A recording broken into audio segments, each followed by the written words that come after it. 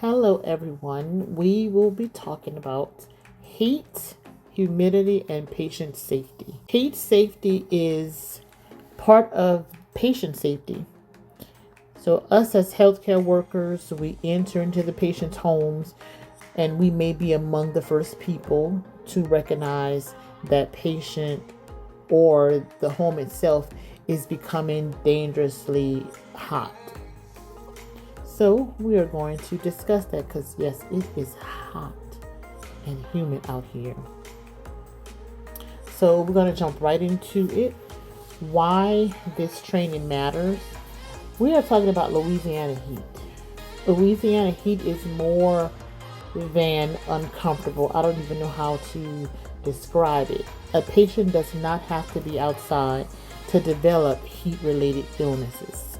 You have high temperatures, high humidity, long periods of heat, intense sun exposure, hurricane related power outages. Some people have experienced that already, though we have been blessed to have, dodged what has already been out there, but there are some areas that were hit with like tropical storms. We have homes with inadequate or malfunctioning AC. So the humidity is very, very important because the sweat does not evaporate as efficiently when the air is humid, reducing the body's ability to cool itself off.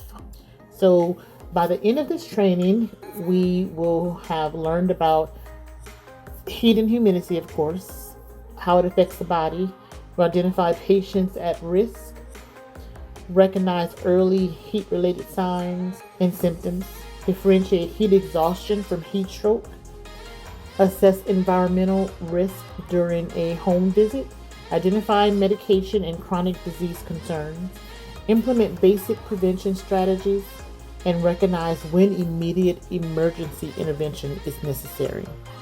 So again, you might be thinking, why are we talking about heat? Because heat is a healthcare issue. And so I always like to start off with some statistics, or at least include some in there. These aren't just weather statistics, these are patients. Some of those emergency visits may have or could have been preventable through earlier recognition, adequate cooling, hydration when appropriate, medication awareness, and someone just simply checking in on a vulnerable person. Healthcare workers in the home have a unique advantage because we're there visiting with them. We don't only see the patient's vital signs, we see where they actually live.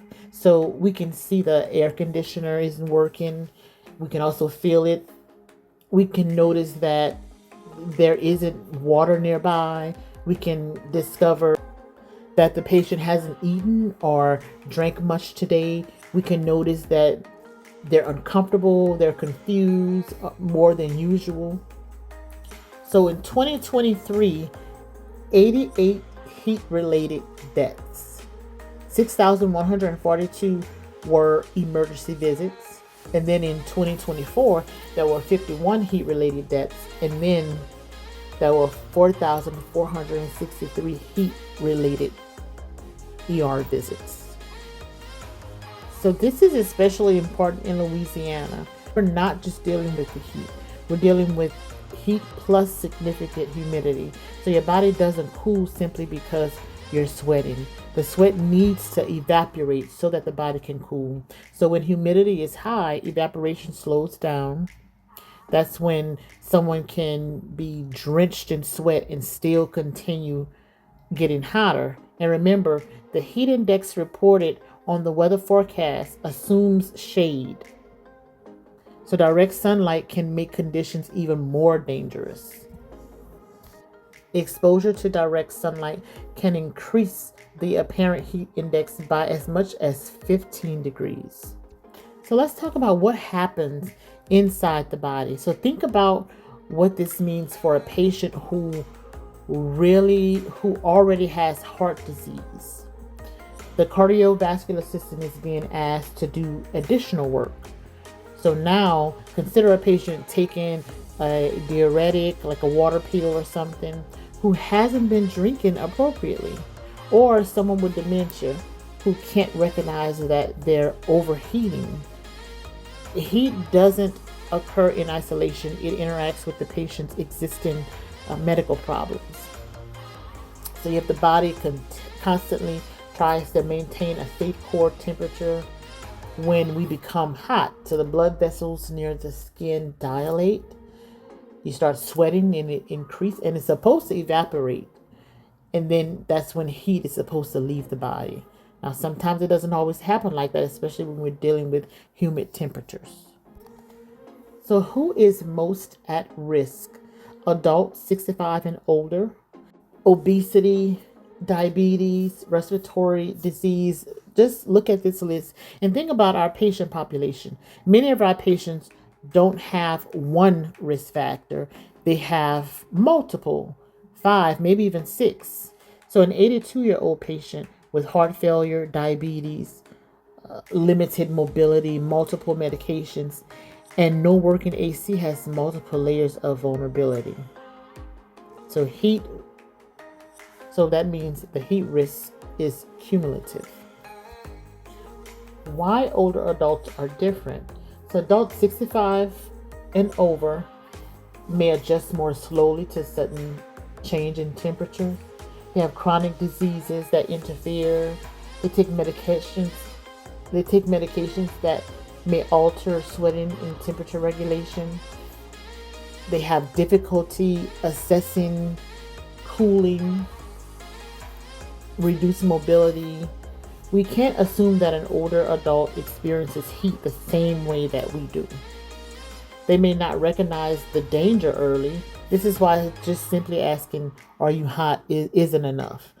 When we assess them, we need to include the environment, the behavior, intake, medications, mobility, and their clinical condition. Heat and chronic disease. Heat can make existing conditions harder to manage. Cardiovascular disease. Heat increases the cardiovascular demand, and dehydration may contribute to low blood pressure and other complications. Diabetes. Dehydration can heat and complicate disease management. A fluid and electrolyte balance becomes completely important for kidney disease. When you're doing your assessment, don't separate the weather from the patient's diagnosis. Consider them as a whole. Ask yourself, what does today's heat mean for this particular patient's condition? Medications and heat.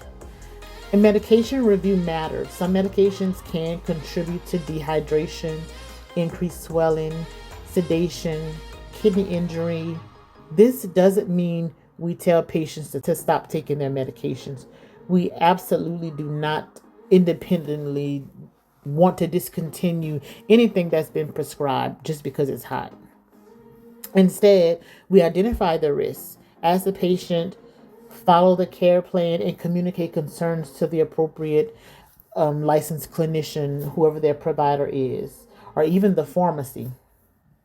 Those medications like diuretics, ACE inhibitors, anything that can be sedative, antihistamines. The CDC notes that combinations such as an ACE inhibitor or an ARB, which is a blood pressure medication, plus a diuretic may significantly increase risk during heat exposure.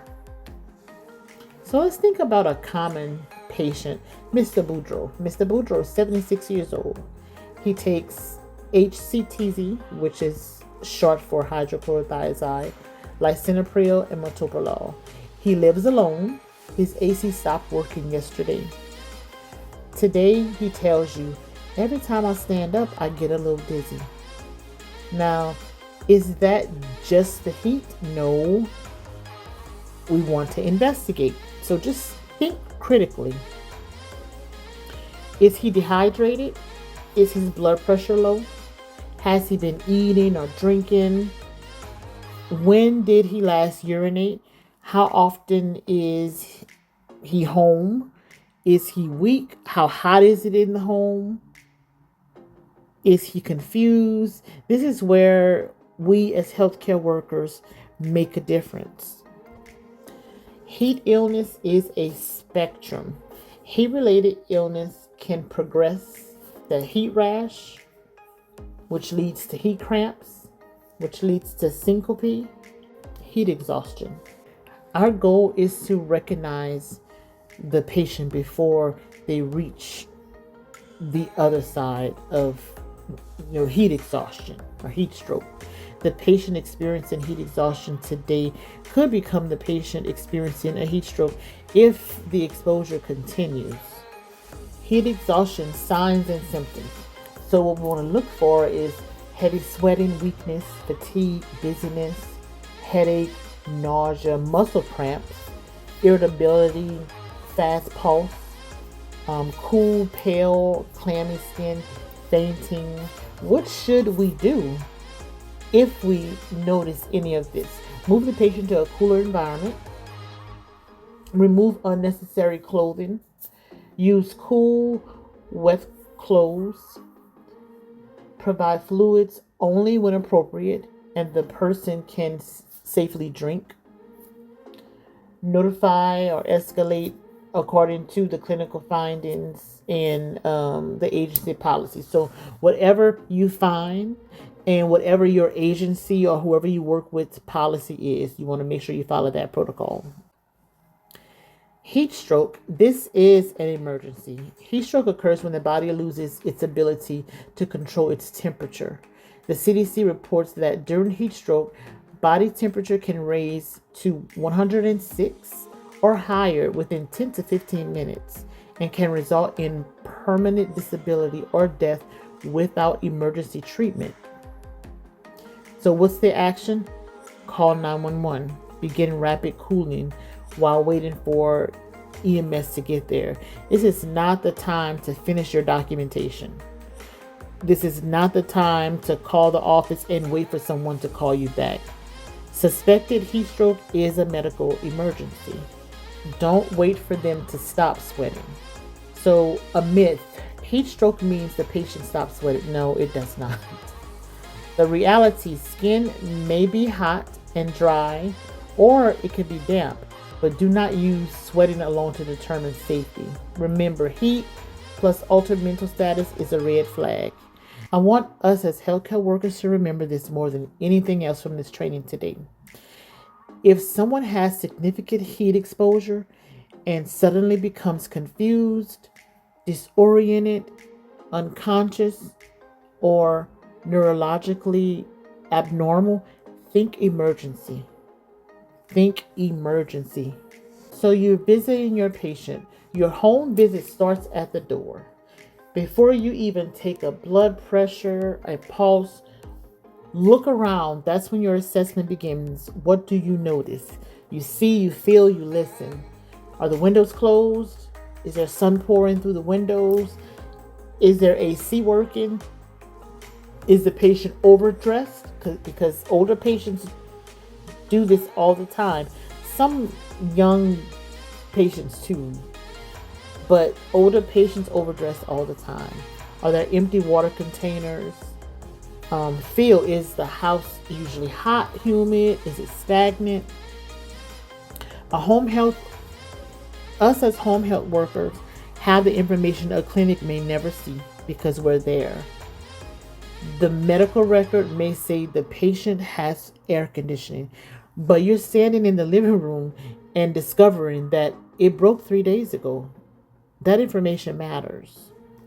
So what do? We ask better questions. Instead of, are you okay? Ask, how much have you had to drink today? What did you last eat? When did you last urinate? Have you been dizzy when you're standing? Any headaches, weakness, or nausea? A patient can answer, I'm fine, while giving you 5 clues that they aren't. Now, the fan question. They have a fan, so they're okay. Not necessarily. This is an important teaching point, especially for us here in Louisiana. Walking into a 95-degree home and seeing 3 fans running doesn't automatically mean the patient has adequate cooling. A fan is not the same as an air conditioner. The CDC advises that fans be used for body cooling when indoor temperatures are below 90. At indoor temperatures below 90, fan use can actually increase your body's temperature. Hydration, fluid restrictions, electrolyte imbalances. We hear drink more water constantly during the summer, but healthcare workers have to think beyond general public advice. Our patient with heart failure may have very different instructions from a healthy 30-year-old. Next, we're talking about social determinant factors. Sometimes the problem isn't knowledge. The patient may know they need AC, but they can't afford the electric bill. The AC is broken. They can't afford repairs. This is why telling someone to stay cool may not solve the problem. We need to ask whether they actually have the resources and ability to do it. Living alone is something that is more common with the older population. So we have to make sure we are paying attention. Healthcare workers leaving at, let's say, 2 p.m. may be the last person that patient sees until tomorrow. So before leaving, ask yourself, is this patient safe for the next several hours? Are they okay to be left alone for the next several hours? Next, let's get into power outages. So Louisiana emergency scenario. So when we talk about hurricane storms, we're talking about hot and humidity, but this can be a part of it because when we have power outages, of course the AC is not working. So we have power outage, no AC, indoor temperature rises, medication and equipment, hydration, we have concerns for that. So for medically fragile patients, losing electricity isn't simply an inconvenience. Think about their oxygen equipment, CPAP, BiPAP, mobility devices, medication, refrigeration, and communication devices. The CDC's heat risk clinical guidance specifically notes that power outages can affect people who rely on those electricity-powered medical devices and refrigerated medications. So don't forget those generators. This fits perfectly into this heat safety training because the patients often use generators specifically to restore their AC and electricity. So during hurricane season, which we'll talk more about that in another training, our education should include both heat safety and generator safety. So after Hurricane Ida, Louisiana was documented as having multiple deaths from carbon monoxide poisoning associated with generators. And again, we'll get more into that in another training. But the LDH reminds residents that generators should be operated outside, well away from homes, windows, and doors. So we're going to do like a little quick review with this case study.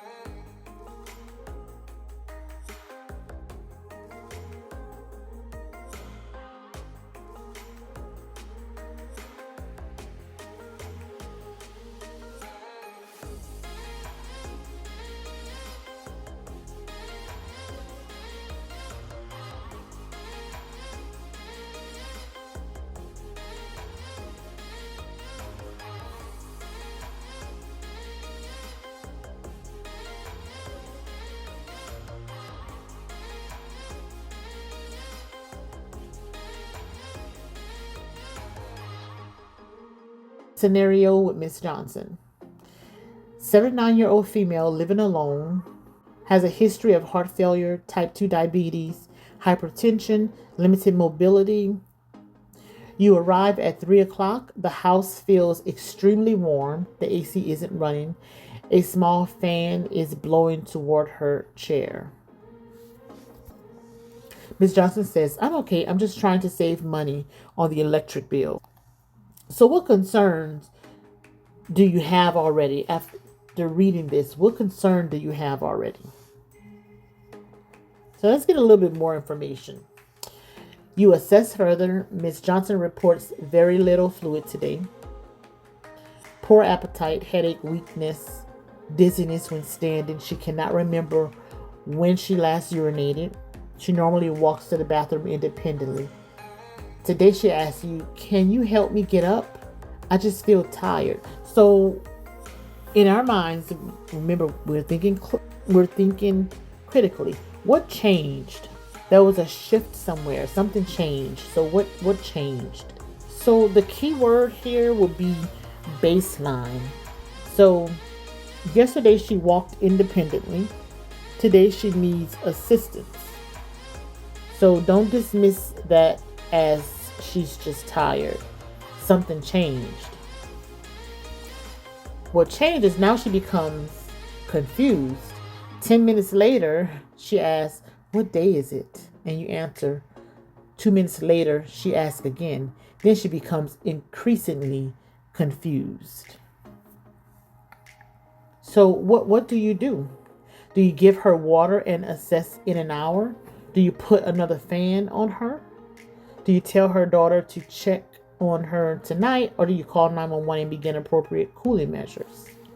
And if you picked D, call 911 and begin appropriate cooling measures, you are absolutely correct. Heat exposure plus a new neurological change should immediately increase our concern for heat stroke or another medical emergency. So next, we're going to look at this slide, which is avoid tunnel vision. Not every symptom during summer is just heat. Weakness and confusion could also represent hypo or hyperglycemia, stroke, infection, medication effect. Heat should increase our awareness, not eliminate clinical judgment. So don't diagnose every dizzy patient with heat exhaustion. You're going to assess, follow your scope, follow protocol, and then we're going to escalate when appropriate. So here's a little 60-second heat safety check. During hot weather, ask yourself about the environment. Is the home adequately cooled? Is intake appropriate for the patient's plan? Make sure you check their plan. Does the patient take medications that increase vulnerability? Are they at baseline? Are they weaker or less mobile than usual? Who will check on them after I leave? What happens if power fails? Now again, these are some numbers to remember. It's repeated in here for a reason. So 2023, remember, 6,142 ER visits, 88 heat-related deaths. In an earlier snapshot from 2023, 12 of Louisiana's first 25 identified heat-related deaths were among people aged 65 and over. Make sure you remember those numbers. These numbers show us that heat-related illness isn't hypothetical in Louisiana. It's occurring right here in our communities. So did you know direct sunlight can add up to 15 degrees to the heat index effect? Did you know Louisiana recorded 6,142 heat-related ER visits in 2023? What about common medications can interfere with thirst, sweating, blood pressure, and thermal regulation? Power loss can put patients using electric medical equipment or refrigerated medications at additional risk. So we want to make sure we are protecting ourselves too. Your patients aren't the only ones exposed. We're exposed to you as the home health care worker may enter homes without AC. travel between homes during those peak heat times, sit in vehicles in between visits, carry equipment outdoors. As healthcare workers experiencing headache, dizziness, nausea, or unusual weakness needs to respond to those symptoms rather than simply pushing through to the next visit. You matter also. We want to remember heat. H is for home. Is the environment safe? E is for evaluate. Evaluate the patient, their medications, if they're drinking the proper amount of fluids, and what's their baseline. A, act early. Don't wait for severe symptoms. And T, treat changes seriously, especially altered mental status. Now, put this slide in here for a visual of side by side heat exhaustion versus heat stroke because they are different. Heat exhaustion is more so when the body is overheating, the core temperature usually below 104. But a heat stroke, your temperature regulation has failed, so your core temperature is 104 or higher. You experience heavy sweating, cool, pale, clammy skin, versus heat stroke may be hot, red, flustered, confusion, agitation, altered mental status, lack of sweat. Before you leave the home, ask yourself, if this were my loved one, would I feel comfortable leaving them here? Do they have adequate cooling? Do they have the appropriate fluids? Do they have a working phone?